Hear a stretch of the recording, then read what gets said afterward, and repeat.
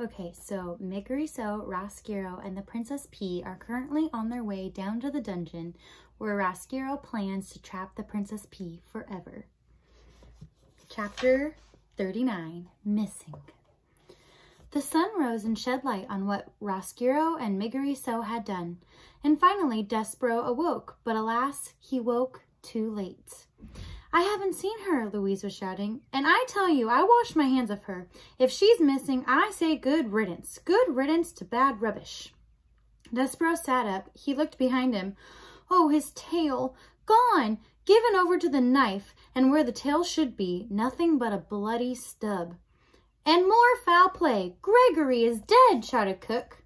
Do you guys remember who Gregory is? He's Gregory the jailer, the one who was tied to a rope to keep him safe so he wouldn't lose his way down in the dungeon. But Mr. Roscuro nibbled through his rope and now he's dead.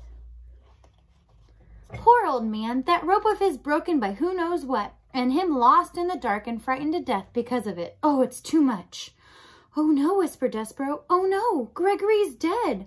The mouse got to his feet and began the long climb down from the shelf. Once he was on the floor, he stuck his head around the door of the pantry and saw Cook standing in the center of the kitchen, wringing her fat hands. Beside her stood a tall woman jingling a ring of keys. That's right, said Louise. All the king's men was down there searching for her in the dungeon. And when they come back up, who do they have with them? They have the old man. And now you tell me that Meg is missing, and I say, who cares? Despereaux made a small noise of despair. He had slept way too long. The rat had already acted on his plan. The princess was gone. What kind of world is it, Miss Louise, where princesses are taken right from under our noses and queens drop dead and we cannot even take comfort in soup? And with this, Cook started to cry. Shh, said Louise, I beg of you, do not say that word. Soup, shouted Cook. I will say it. No one can stop me. Soup, soup, soup. And then she began to cry in earnest, wailing and sobbing. There, there, said Louise. She put a hand out to touch the cook, and the cook slapped it away. It'll be all right, said Louise.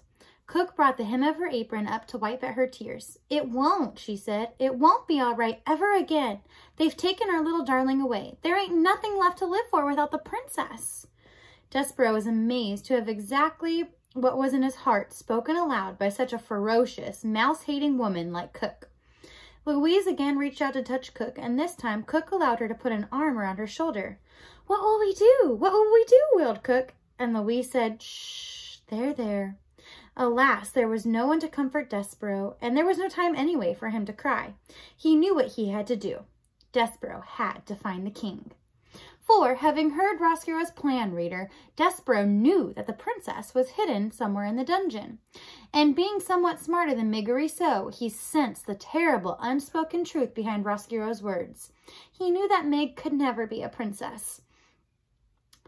And he knew that the rat, once he captured the pea, would never let her go. And so the small mouse, who had been dipped in oil, covered in flour, and relieved of his tail, slipped out of the pantry and past the crying ladies. He went to find the king. Chapter 40, Forgiveness. He went first to the throne room, but the king was not there, and so Despereaux slipped through a hole in the molding and was making his way to the princess's room when he came upon the mouse council. 13 mice and one most very honored head mouse sitting around their piece of wood debating important mouse matters. Remember, it's the mouse council who originally put Despereaux in the dungeon in the first place. Despereaux stood very still. Fellow honored mice, said the most very honored head mouse, and then he looked up from the makeshift table and saw Despereaux. Despereaux, he whispered. The other mice of the mouse council leaned forward, straining to make some sense of the word that the head mouse had just uttered. Pardon, said one. Excuse me, said another. I didn't hear that right, said a third. I thought you said Despereaux. The head mouse gathered himself. He tried speaking again. Fellow members, he said, a ghost! A ghost! And he raised a shaking paw and pointed it at Despereaux. The other mice turned and looked. And there was Despereaux Tilling, covered in flour, looking back at them, the telltale red thread still around his neck like a thin trail of blood. So they think Despereaux's a ghost because, one, they sent him to the dungeon, and that's where all the mice go when they have to die. And two, he's covered completely in flour, so he's all white, so he looks like a ghost. But he's not really a ghost. Despereaux, said Lester. Son, you've come back. Despereaux looked at his father and saw an old mouse whose fur was shot through with gray. How could that be? Despereaux had only been gone for a few days, but his father seemed to have aged many years in his absence. Son, ghost of my son, said Lester, his whiskers trembling. I dream about you every night. I dream about beating the drum that sent you to your death. I was wrong. What I did was wrong. So here is Despereaux kind of stumbling upon the mouse council. And as you can see, he's super white because he's covered in flour, and all of the other mice are terrified. They think he's a mouse ghost. No, called the most very honored head mouse. No. I've destroyed it, said Lester. I've destroyed the drum. Will you forgive me? He clasped his hands and he clasped his front paws together and looked at his son. No, shouted the head mouse again. No, do not ask a ghost to forgive you, Lester. You did as you should. You did what was best for our mouse community. Lester ignored the head mouse. Son, he said, please. Despereaux looked at his father, at his gray-streaked fur and trembling whiskers, and his front paws clasped together in front of his heart, and he suddenly felt as if his own heart would break in two. His father looked so small, so sad. Forgive me, Lester said again. Forgiveness, reader, I think, is something very much like hope and love, a powerful, wonderful thing, and a ridiculous thing, too. Isn't it ridiculous, after all, to think that a son could forgive his father for beating the drum that sent him to his death? Isn't it ridiculous to think that a mouse could ever forgive anyone for such perfidy? But still, here are the words Despereaux Tilling spoke to his father. He said, I forgive you, Pa. And he said those words because he sensed it was the only way to save his own heart, to stop it from breaking in two. Despereaux, reader, spoke those words to save himself. And then he turned from his father and spoke to the whole mouse council. You were wrong, he said, all of you. You asked me to renounce my sins. I ask you to renounce yours. You have wronged me. Repent. Never, said the head mouse. Despereaux stood before the mouse council, and he realized that he was a different mouse than he had been the last time he faced them.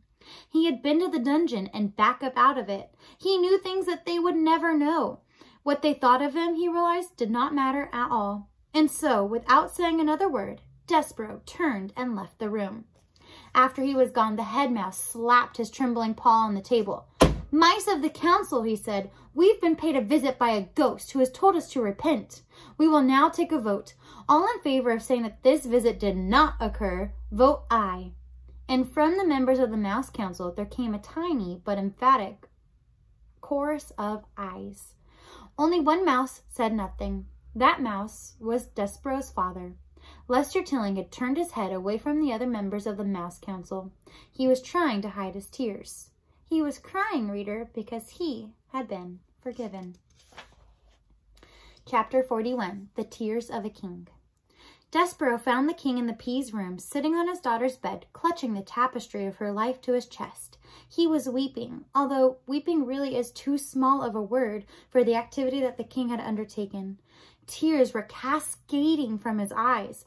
A small puddle had formed at his feet. I'm not exaggerating. The king, it seems, was intent on crying himself an actual river. Reader, have you ever seen a king cry? When the powerful are made weak, when they are revealed to be human, to have hearts, their diminishment is nothing short of terrifying. You can be sure that Despereaux was terrified. Absolutely. But he spoke up anyway. Sir, the mouse said to the king. But the king did not hear him, and as Despereaux watched, King Philip dropped the tapestry and took his great golden crown from his lap and used it to beat himself on the chest over and over again. The king, as I have already mentioned, had several faults. He was nearsighted. He made ridiculous, unreasonable, difficult to enforce laws. And in much of the way of Miggery so, he was not exactly the sharpest knife in the drawer. But there was one extraordinary, wonderful, admirable thing about the king. He was a man who was able and willing to love with the whole of his heart. And just as he had loved the queen with the whole of his heart, so too he loved his daughter with the whole of it. Even more than the whole. He loved the Princess P with every particle of his being, and she had been taken away from him. But what Despereaux had come to say to the king had to be said, so he tried again. Excuse me, he said. He wasn't certain really how a mouse should address a king. Sir did not seem like big enough word. Despereaux thought about it for a moment. He cleared his throat and spoke as loudly as he was capable of speaking. Excuse me, most very honored head person. King Philip stopped beating his crown against his chest. He looked down around the room. Down here, most very honored head person, said Despereaux. The king, still tears falling from his eyes, looked at the floor. He squinted.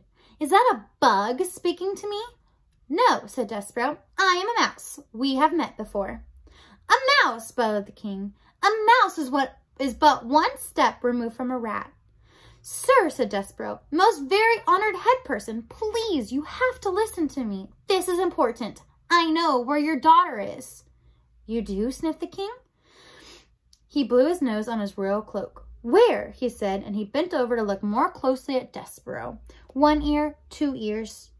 1 tear, 2 tears. 3 enormous king-sized tears fell with an audible plop onto Despereaux's head and rolled down his back, washing away the white of the flower and revealing his own brown fur. Sir, most very honored head person, sir, said Despereaux as he wiped the king's tears out of his own eyes. She's in the dungeon. Liar, said the king. He sat back up. I knew it. All rodents are liars and thieves. She is not in the dungeon. My men have searched the dungeon. But no one really knows the dungeon except the rats, sir. There are thousands of places where she could be hidden, and only the rats would know. Your men would never be able to find her if the rats didn't want her to be found. Ah, said the king, and he clapped his hands over his ears. Do not speak to me of rats and what they know. Rats are illegal, he shouted. Rats are against the law. There are no rats in my kingdom. They do not exist. Sir, most very honored head person, that is not true. Hundreds of rats live in the dungeon of this castle. One of them has taken your daughter, and if you will send... The king started humming. I can't hear you, he stopped to shout. I cannot hear you. And anyway, what you say is wrong because you're a rodent and therefore you're a liar. He started to hum again, and then he stopped and said, I have hired fortune tellers and a magician. They are coming from a distant land, and they will tell me where my beautiful daughter is. They will speak the truth. A mouse cannot speak the truth. I'm telling you the truth, said Despereaux. I promise. But the king would not listen. He sat with his hands over his ears. He hummed loudly. Big fat tears rolled down his face and fell to the floor. Despereaux sat and stared at him in dismay. What should he do now? He put a nervous paw up to his cheek, pulled out the red thread, and suddenly his dream came flooding back to him. The dark and the light and the knight swinging his sword, and the terrible moment when he realized that the suit of armor was empty. And then, reader, as he stood before the king, a wonderful, amazing thought occurred to the mouse. What if the suit of armor had been empty for a reason? What if it had been empty because it was waiting for him? You know me. That was the knight in his dream, Despereaux said. Yes, said Despereaux out loud in wonder. I do know you. I can't hear you, said the king. I'll have to do it myself, said the mouse. I will be the knight in shining armor. There is no other way. It has to be me. Despereaux turned and left the weeping king, and he went to find the threadmaster.